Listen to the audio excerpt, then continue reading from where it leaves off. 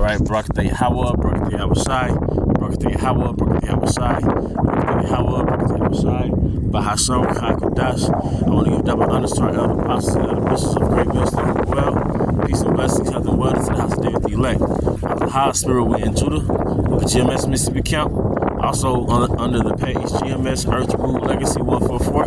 Alright, today I want to go into a topic entitled The Chokehold the Elites Have on the Earth. The chokehold the elites have on the earth. Alright? Because it tells you in the book of Daniel that there's going to be another beast that will basically have the saints and ultimately the earth. Alright? In the chokehold, also in 2nd Esdras, I believe it's the 6th chapter. Alright? There's so many ways they've done it, through warfare, alright? Through slavery, through so-called European colonization. Okay? And now, alright, just two ways that I can just think of off the bat is your health and your money. Alright, because what this man does, he sells you processed food and he makes it extremely convenient. He cuts all type of corners, alright, with local stores by selling you the convenience, alright? And a lot of us are addicted to the convenience of getting food or fake food, or getting processed food. And it's like he's baiting you in through that convenience and cheap prices, man. So what happens is 90% of food is processed, maybe even more. All right, and even the fruits and vegetables, all right, they're genetically modified in a lot of cases. They're sprayed with chemicals, pesticides, and what happens is after years of consuming a malnourished diet, you become sick. And if you become sick, then you go to these sick piddles, all right? You go to these hospitals, all right? But the hustle, all right, is not necessarily the hospital per se, but the pills that's prescribed to you by his doctors. All right, the pills that's created by big pharma, right? And what happens is those pills are engineered to not CURE to not permanently relieve you, but temporarily relieve you, which will make you dependent on their pills. And then you develop a tolerance. Just like any drug, you develop a tolerance. So you need a stronger dosage, or you need more pills, and basically that becomes your crutch. All right. Ironically, a lot of the pills that you take are symptoms of the other pills that you've taken. All right, the pills that you've taken are for the symptoms of the other pills that you've taken. All right, so that's a form of oppression, to never actually relieve you of pain, but to make you dependent on his pills. Okay. Second form of oppression has been a debt slave. All right, we had no systems to keep us fucking debt slaves, man. It tells you in the scriptures that thou shalt not exact usury upon thy brethren. But what happens? What's one way that he makes his money? By extracting usury, also known as interest. And then he's Wells Fargo Bank actually had to pay $150 million settlement. All right, they had a $150 million lawsuit because they targeted Jake, the Southern and Northern Kingdom, all right, subprime mortgages. So the same house that Esau could get for say $800 a month, $1,000 a month, he would allow Jake to lease on that house, all right, for say $2,000 a month, just because there was a so-called Black, Hispanic, or Native American. That's a form of oppression. All right. They give out subprime loans with a high interest rate. He doesn't charge the same high interest rate to a damn Edomite or somebody of another nation. All right, so that's a form of oppression. That interest rate stuff is a form of oppression, man. Really, we didn't have systems back in the old country, back in the motherland, all right, which is Jerusalem. Don't get it twisted. All right, we didn't have systems to oppress each other like that, man. Actually, we had systems of equity. Equity means equal. All right.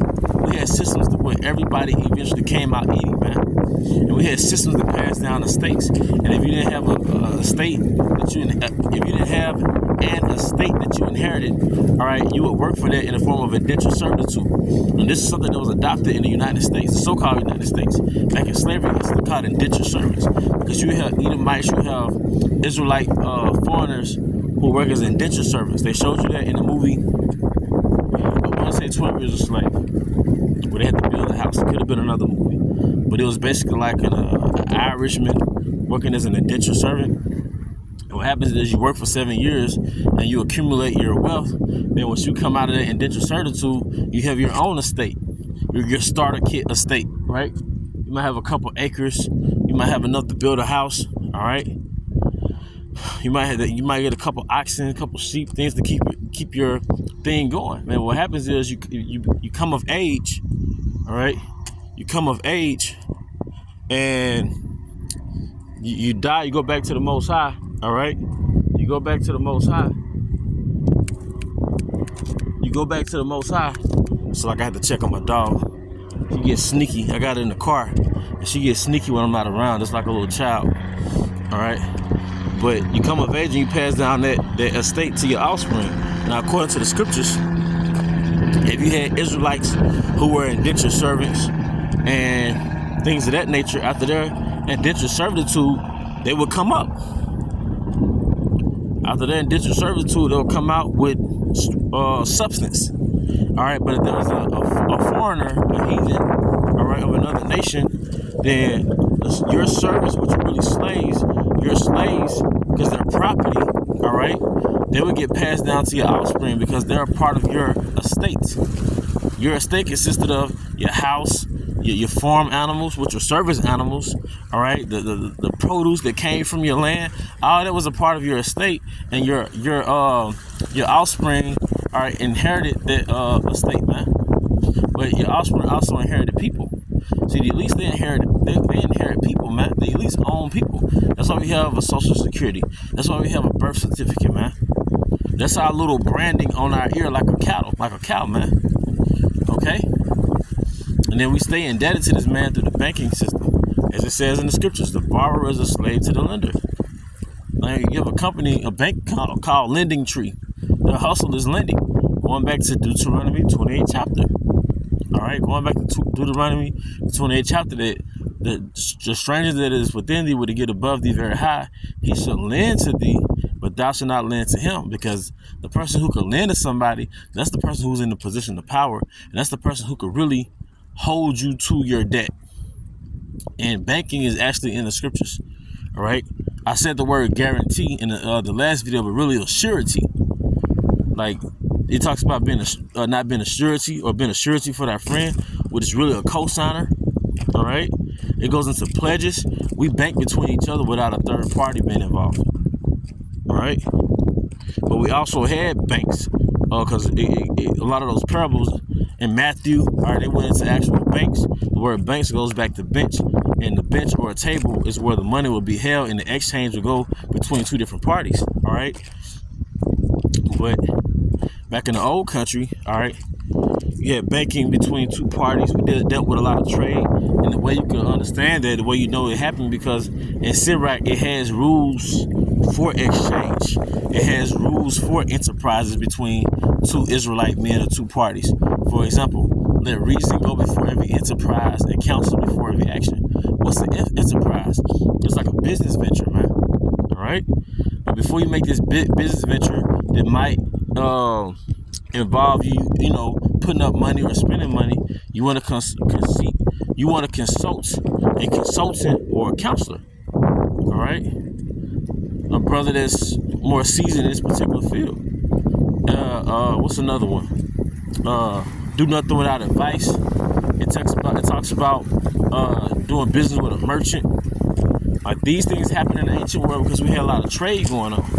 All right, there's many other scriptures. All right, because we weren't put on this earth. All right, there's systems outside of the American systems to live off of, man. So we didn't have this modern beastly system where everybody gets up and sell their energy and their time in exchange for Federal Reserve notes, man. Just to take those Federal Reserve notes and indebt themselves to a mortgage or a car note, we didn't always have that system. All right, we had something called sovereignty, man. And within sovereignty, we did business between each other. All right, and we had courts. All right, within the gates. All right, to deal with things. All right, we settled disputes. All right, in the gates. All right, we had judges to discern inequity between two people. All right, we had laws. All right, and the judges were judges based on the laws, judicial laws, civil laws. Those are civil laws. Disputes to handle disputes between two different parties, man. All right. Maybe if your oxen dies in someone's land, or someone's oxen dies in your territory, things of that nature, man. All right. So we had systems. We had systems. All right. We had really economy. We had systems to stimulate economy. All right. So it wasn't just, you had your land and you had your thing and you never socialized with anybody else. You know what I mean? No, we dealt with each other on many levels. All right. And this is how you deal with each other this is a way that you deal with each other. All right. When there's not a third party involved. The third party is Esau's power structure. All right. We saw a sample of that during the Jim Crow era. All right. During the Jim Crow era, which is an era which is post-slavery laws that kept us from entering into the dominant power structure and really compete with Esau, right? So during those Jim Crow laws, we were segregated. So we couldn't go into Esau's neighborhoods. We couldn't live in Esau's neighborhoods. We couldn't shop in his stores. So we were forced to deal with each other on a business level.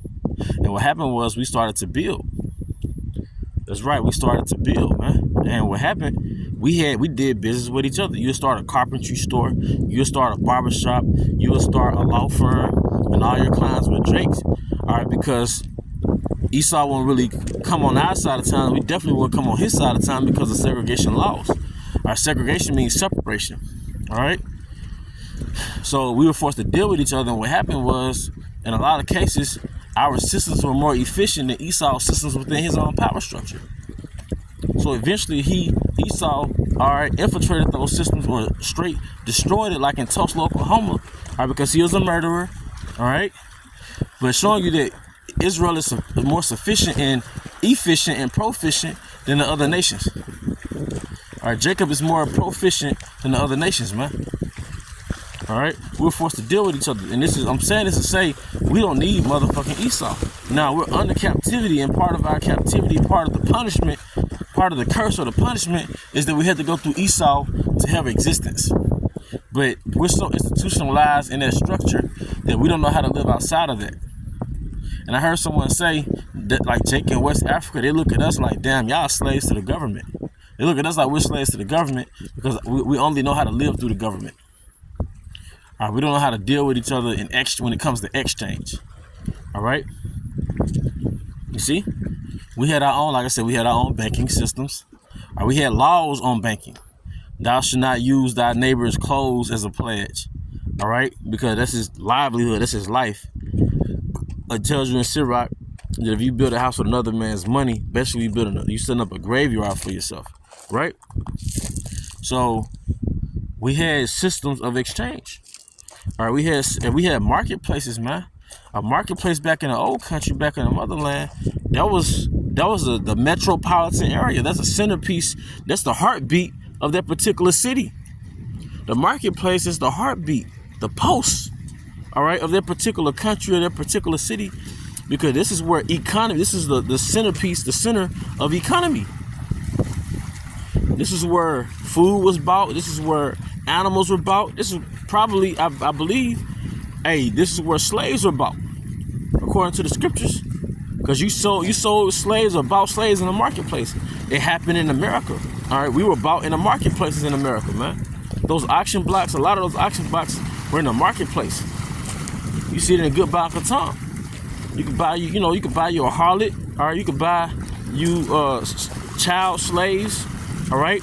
So that's illegal, right? A child slave, but they still have them through human trafficking, also through mass production. Because these major companies, like say Eminem, right? The company Eminem, Mars and Mars, they get their chocolate from the cacao in South America. But guess who they have out there picking the cacao? All right, children. Same thing in Africa. All right. So there's no new thing under the sun. You always sell child slaves. It is more covert and it's sophisticated now. Okay. But going back to economy in which we didn't need Esau, all right, we had marketplaces in where we exchanged everything. So this picture, thousands of people, all right, in a particular city, all right, and in the marketplace, you had strips, like you had like districts. You had districts where we sold things to each other, man. You sold your craft. All right, if you was a artisan, a blacksmith, you sold your swords, you sold your tools, or whatever your specialty was. You sold your utensils. A farmer would buy it. He'll buy it too because the farmer needed a hoe. He needed a shovel. He needed a plow. He needed material for his oxen. All right. See, right now, a farmer's market is damn near optional. It's like optional. Like, nope. Like, people go to it, but not everybody goes to it because it's dominated by corporations running the earth. All right. Like, fast food joints, grocery stores.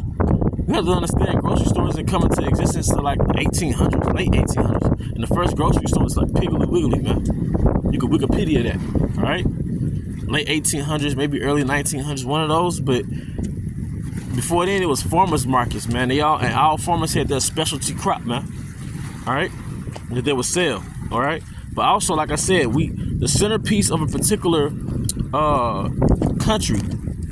All right, the centerpiece, the heartbeat of that country was the marketplace. That's where you had exchange. All right, that's where you got loans. All right, you got loans. All right, that's when you bought produce, you bought lamb, you bought that killer lamb, whatever.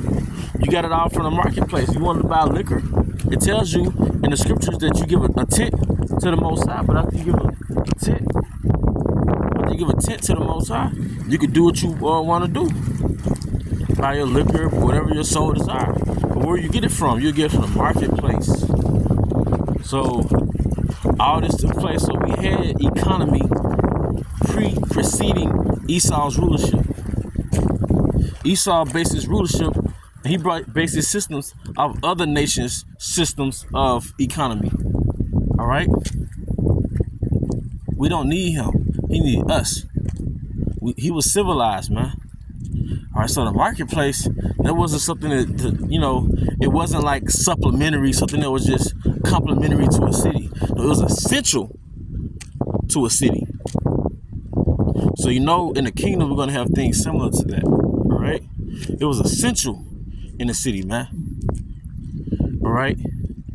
You had people who rented out their houses, and an example of that was Yahushua.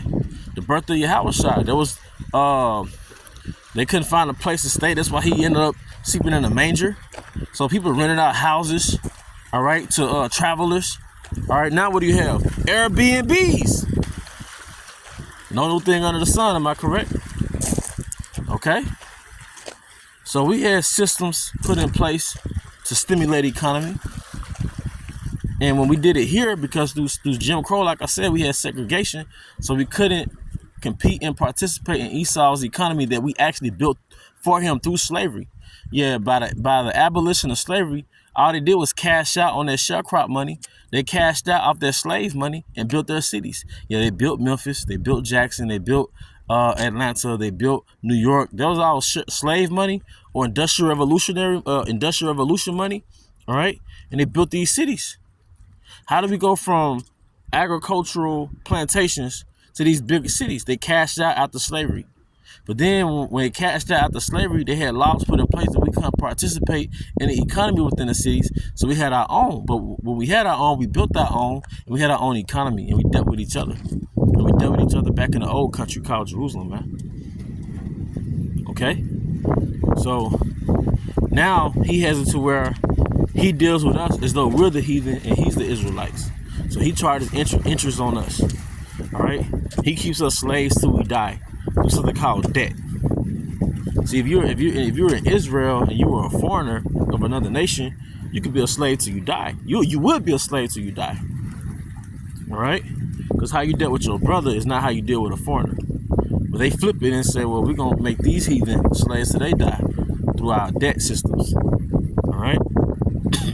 Hence, the borrower is a slave to the lender. I hope you brothers and sisters were edified. Once again, we want to give our honor and glory to Yahweh, Bashem, Abishai, Bashem, Kakadash, the honest right hand of apostles and other bishops of great wisdom, Ruel. Peace and blessings, health and wellness, and house of David the elect. Abba, Baal, Kamyashala, Shalom.